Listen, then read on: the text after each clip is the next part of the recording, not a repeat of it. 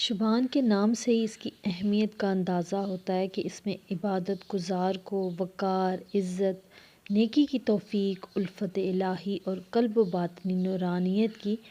عطا کے ساتھ ساتھ ظاہری طور پر بھی رحمت الہی کے اثرات اس کے جسمانی خند و خال پر نظر آتے ہیں۔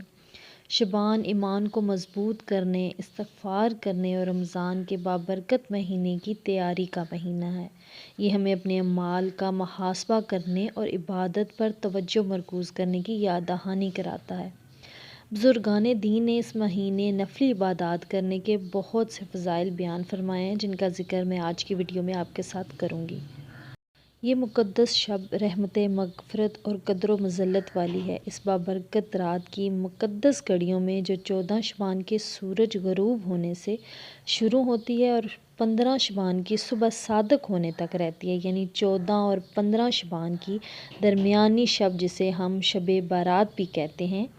اس رات پر گائے رب العزت کی رحمت و مغفرت کا ابر کرم جو ہے وہ خوب جم کر برستا ہے۔ اور امیر المومنین حضرت عائشہ رضی اللہ عنہا کی روایت میں سے ہے کہ رسالت مآب صلی اللہ علیہ وسلم نے فرمایا کہ بلا شبہ اللہ تبارک تعالیٰ جو ہے وہ شبان کی 15ویں شب آسمان دنیا کی طرف نزول فرماتا ہے،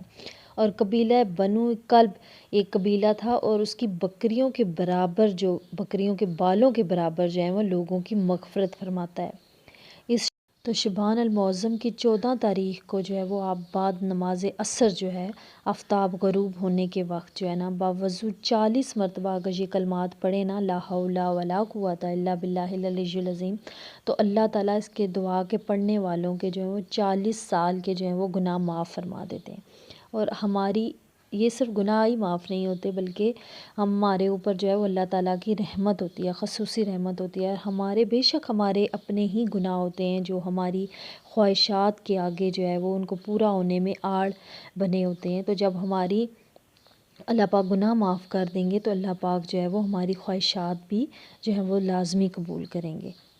تو اللہ تعالیٰ جو ہے وہ ماہ شبان کی رات فرماتے ہیں کہ ہے کوئی بخشش مانگنے والا جسے میں بخش دوں، ہے کوئی رزق مانگنے والا کہ میں اسے رزق عطا کروں، ہے کوئی مصیبت میں مبتلا کہ میں اس کو عافیت دوں۔ تو لازمی ہمیں اس رات سے فائدہ اٹھانا چاہیے، اس کے جو اعمال ہیں انہیں کرنا چاہیے۔ اگر آپ 1-2 نفل بھی پڑھتے ہیں نا تو اس کا بھی آپ کو کہیں آپ کی سوچ سے بھی زیادہ آپ کو اس کا ثواب ملے گا۔ اور آپ کو گھر بیٹھے جو ہے وہ حج و عمرے کا ثواب لینا ہے تو ماہ شبان میں ہر جمعے کی رات آپ 4 رکعت جو ہے وہ نفل پڑھ لیں۔ ہر رکعت میں آپ سورۃ فاتحہ کے بعد سورۃ اخلاص کو آپ 3 مرتبہ پڑھیں، تو ان نفل کے جو پڑھنے والے کو لازمی اللہ پاک جو ہے گھر بیٹھے ہی حج اور عمرہ کی جو ہے وہ سعادت نصیب فرما دیتے ہیں۔ لیلۃ القدر کے بعد شبان کی جو 15ویں شب جو ہے وہ بہت زیادہ افضل رات ہے، اور امیر المومنین حضرت عائشہ رضی اللہ عنہا صدیقہ سے روایت ہے کہ حضور پاک صلی اللہ علیہ وسلم نے فرمایا، اے عائشہ کیا تمہیں معلوم ہے کہ اس رات یعنی شبان کی 15ویں شب میں کیا ہوتا ہے؟ تو انہوں نے دریافت کیا کہ اللہ کے رسول اس شب کیا ہوتا ہے؟ تب آپ صلی اللہ علیہ وسلم نے ارشاد فرمایا کہ اس شب میں جو اس سال میں جتنے بھی پیدا ہونے والے ہیں ان سب کے متعلق لکھ دیا جاتا ہے، جتنے سال فوت ہونے والے ہیں ان تمام کے متعلق لکھ دیا جاتا ہے۔ اس شب تمام بندوں کے سارے سال کے جو اعمال ہیں وہ اٹھائے جاتے ہیں، اور اسی رات جو ہے وہ لوگوں کی مقررہ روزی اترتی ہے۔ تو دیکھیں حضور پاک صلی اللہ علیہ وسلم نے ہمیں بتایا کہ اس رات ہمارے نصیب جو ہیں وہ لکھ دیے جاتے ہیں، کس نے مرنا ہے اس کے پتے گر جاتے ہیں، کون پیدا ہوگا۔ تو بے اولاد جوڑے اپنے رب سے اپنی جو ہے وہ اولاد مانگیں، خوب جو ہے وہ رو گڑ گڑا کے اپنے رب سے اولاد مانگیں۔ جو بے اولاد ہیں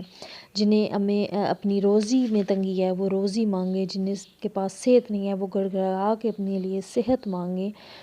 غرض کے جو بھی خواہش ہے نا آج کی رات میں انشاءاللہ وہ جو ہے وہ لازمی پوری ہوتی ہے 15ویں شب کو۔ تو آپ لازمی اپنے رب کے جو ہے وہ آگے اپنی دعاؤں کو جو ہے وہ پیش کریں۔